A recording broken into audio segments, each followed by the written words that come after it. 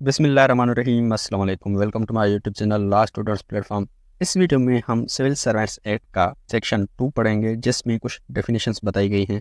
अब सबसे पहले है एड होक अपॉइंटमेंट। एड होक अपॉइंटमेंट का मतलब क्या है? सिंपल वर्ड्स में अगर मैं कहूँ, इसका मतलब है temporary appointment for particular purpose. The particular purpose के लिए किसी को टेम्पररी अपॉइंट करना। इस एक्ट के मुताबिक ऐसी अपॉइंटमेंट जो नॉर्मल प्रोसीजर से हटके की जाए। जो नॉर्मल प्रोसीजर होता है उसमें कुछ डॉक्यूमेंट्स रिकॉर्ड होते हैं, कुछ टेस्ट लिए जाते हैं, यानी उनका एक प्रोसीजर होता है अपॉइंट करने का। लेकिन जब किसी बंदे को टेम्पररी अपॉइंट किया जाता है तो वो अलग प्रोसीजर होता है, उसमें इतना कोई झंझट नहीं होता, तो इसको एड होक अपॉइंटमेंट कहा जाता है। जिस बंदे को एड होक अपॉइंट किया जा रहा है वो क्वालिफाइड भी होना चाहिए। जो रिक्वायर्ड क्वालिफिकेशंस हैं इस बंदे की पूरी होनी चाहिए उस पोस्ट के लिए जिस पोस्ट पर उसको टेम्पररी अपॉइंट किया जा रहा है फॉर पर्टिकुलर पर्पज। ये जो एड होक अपॉइंटमेंट है टेम्पररी की जाती है फॉर पर्टिकुलर पर्पज, ये शॉर्ट टर्म प्रोजेक्ट होता है। उसके बाद है सिविल सर्वेंट। इस एक्ट के मुताबिक सिविल सर्वेंट किसको कहा जाता है, यानी इस एक्ट में आगे चल के कहीं भी सिविल सर्वेंट वर्ड आता है इसका मतलब क्या होता है? सिविल सर्वेंट का मतलब है ऐसा बंदा जो फेडरल गवर्नमेंट का परमानेंट एम्प्लॉय हो। फेडरल गवर्नमेंट के परमानेंट एम्प्लॉय में कौन कौन से एम्प्लॉयज इंक्लूडेड हैं? सबसे पहले है civil service of federation. Federation के अंडर जितने भी सिविल सर्वेंट्स हैं उनको सिविल सर्वेंट माना जाएगा। सेकंड है civil post in connection with affairs of federation. Federation के अफेयर से जो पोस्ट कनेक्टेड हो उस पोस्ट पे कोई भी एम्प्लॉय है तो उसको भी सिविल सर्वेंट माना जाएगा। एक तो एक बंदा फेडरेशन का सिविल सर्वेंट हो, सेकंड में कहता है ऐसी पोस्ट पे हो किसी ना किसी तरीके से फेडरेशन से कनेक्टेड हो, फेडरेशन के अफेयर्स से कनेक्टेड हो तो उसको भी सिविल सर्वेंट माना जाएगा। तो थर्ड है कोई भी ऐसी पोस्ट जो डिफेंस के साथ कनेक्टेड हो तो उसको भी सिविल सर्वेंट माना जाएगा, जैसे आर्मी वगैरह। अब सिविल सर्वेंट में नीचे वाले पर्सन्स इंक्लूडेड नहीं होते। सबसे पहले जो पर्सन्स डेप्यूटेशन पे होते हैं, यानी जिन पर्सन्स को कॉन्ट्रैक्ट पे अपॉइंट किया जाता है किसी भी पोस्ट पर, उस पोस्ट की कैपेसिटी में उस बंदे को सिविल सर्वेंट नहीं माना जाएगा। सेकंड है कि जिन पर्सन्स को टेम्परली अपॉइंट किया जाता है, यानी आर्जी तौर पर और पर्टिकुलर पर्पज उनको अपॉइंट किया जाता है तो उनको भी सिविल सर्वेंट्स नहीं माना जाएगा।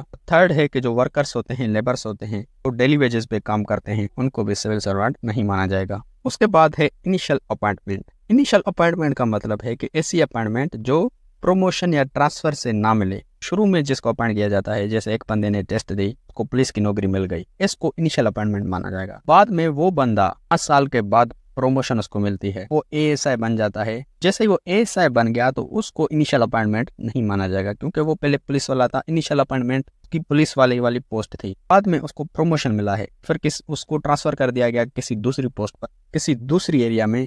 ट्रांसफर के जरिए जो अपॉइंटमेंट उसको मिली है उसको भी इनिशियल अपॉइंटमेंट नहीं माना जाएगा। उसके बाद है पे।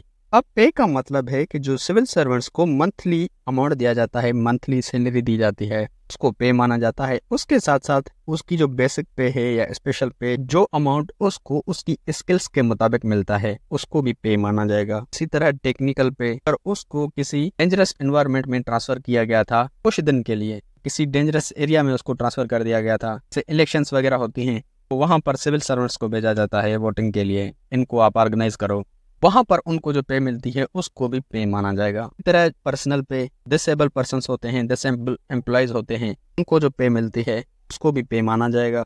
इसी तरह उन सिविल सर्वेंट्स को दूसरे जो एमोल्यूमेंट्स मिलते हैं, अलाउंसेस वगैरह मिलते हैं, प्रिस्क्राइब्ड अथॉरिटी डिक्लेयर करती है, उसको भी पे माना जाएगा। उसके बाद है परमानेंट पोस्ट। परमानेंट पोस्ट यानी ऐसी पोस्ट जिसको बगैर किसी टाइम लिमिट और बगैर किसी रेस्ट्रिक्शन के अप्रूव किया गया है, उसको परमानेंट पोस्ट कहा जाता है। सिंपली एक बंदे को जब परमानेंट पोस्ट मिली वो तब तक अपनी जॉब को कंटिन्यू करेगा जब तक वो रिटायर नहीं हो जाता या खुद रिजाइन नहीं कर देता।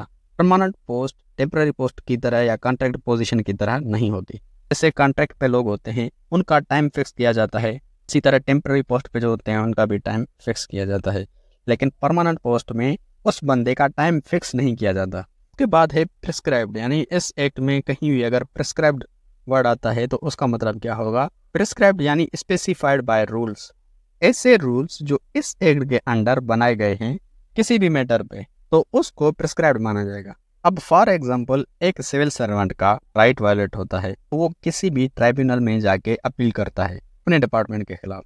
अपील करने के कुछ रूल्स बनाए गए हैं, कुछ प्रोसीजर्स बनाए गए हैं, उस सिविल सर्वेंट को वो सारे प्रोसीजर्स, वो रूल्स फॉलो करने होंगे जिस तरह वो बताए गए हैं। उसके बाद है रूल्स क्या हैं, रूल्स यानी official guidelines made under this act. इस एक्ट के अंदर जो गाइडलाइंस दी गई हैं, जो रूल्स बताए गए हैं, उनको रूल्स माना जाएगा। नेक्स्ट है सिलेक्शन अथॉरिटी। सिलेक्शन अथॉरिटी एक ऐसी बॉडी है जो सिविल सर्वेंट्स की अपॉइंटमेंट और प्रमोशंस के रिगार्डिंग रिकमेंडेशंस और डिसीजन देने के लिए रिस्पॉन्सिबल होती है। वो कौन सी बॉडीज हैं, जैसे फेडरल पब्लिक सर्विस कमीशन। तो ये कमीशन बहुत सारे सिविल सर्वेंट्स की अपॉइंटमेंट्स करती हैं। इसी तरह departmental selection board, departmental selection committee या दूसरी अथॉरिटीज या बॉडीज, इनको सिलेक्शन अथॉरिटी माना जाएगा। उसके बाद है टेम्पररी पोस्ट। इसका मतलब है ऐसी पोस्ट तो परमानेंट पोस्ट के हटके दी जाए। जैसे हमने परमानेंट पोस्ट पढ़ी थी, ऐसी पोस्ट जो टेम्पररी पोस्ट प्रोसीजर से हटके दी जाए। इसी तरह इसका अपोजिट है, टेम्पररी पोस्ट एक ऐसी पोस्ट है परमानेंट प्रोसीजर से हटके दी जाए। अब इस सेक्शन का क्लास 2 कहता है अगर एक अपॉइंटमेंट की जा रही है, भले ही वो प्रमोशन के जरिए क्यों ना की जाए या इनिशियल अपॉइंटमेंट की जाए, तो वो अपॉइंटमेंट कुछ प्रोसीजर्स को फॉलो करते हुए की जाती है जो प्रोसीजर्स इस एक्ट में बताए गए हैं। यानी अगर किसी भी बंदे को अपॉइंट किया जा रहा है प्रमोशन के जरिए, ट्रांसफर के जरिए या फिर इनिशियल अपॉइंटमेंट के जरिए, और उसको जो अपॉइंट किया गया है इस एक्ट के अंडर दिए गए प्रोसीजर्स को फॉलो करते हुए किया गया है, तो ऐसी अपॉइंटमेंट को ऐसा माना जाएगा कि ये रेगुलर बेसिस पे की गई है, यानी सिंपली ये अपॉइंटमेंट लेजिटिमेट है। तो दोस्तों ये था हमारा आज का टॉपिक। उम्मीद है कि आपका कंसेप्ट क्लियर हो गया होगा। रिक्वेस्ट एक ही करूंगा कि एक छोटा सा कोई सा भी कमेंट लाजमी कर दो and do follow these instructions as well. अगर आपको लॉ के रिगार्डिंग किसी भी टॉपिक की वीडियो चाहिए तो वो टॉपिक लिख के साथ में एलएसपी लिख के सर्च करेंगे तो आपको सबसे पहले मेरी वीडियोस मिल जाएंगी, जिससे आप अपना इजीली कंसेप्ट क्लियर कर सकते हैं। या फिर अगर आप मेरे चैनल की प्लेलिस्ट में जाते हैं तो वहाँ पर आपको हर सब्जेक्ट की अलग से प्लेलिस्ट मिल जाएगी, जहाँ पर उस सब्जेक्ट के सारे वीडियोस मिल जाएंगे आपको।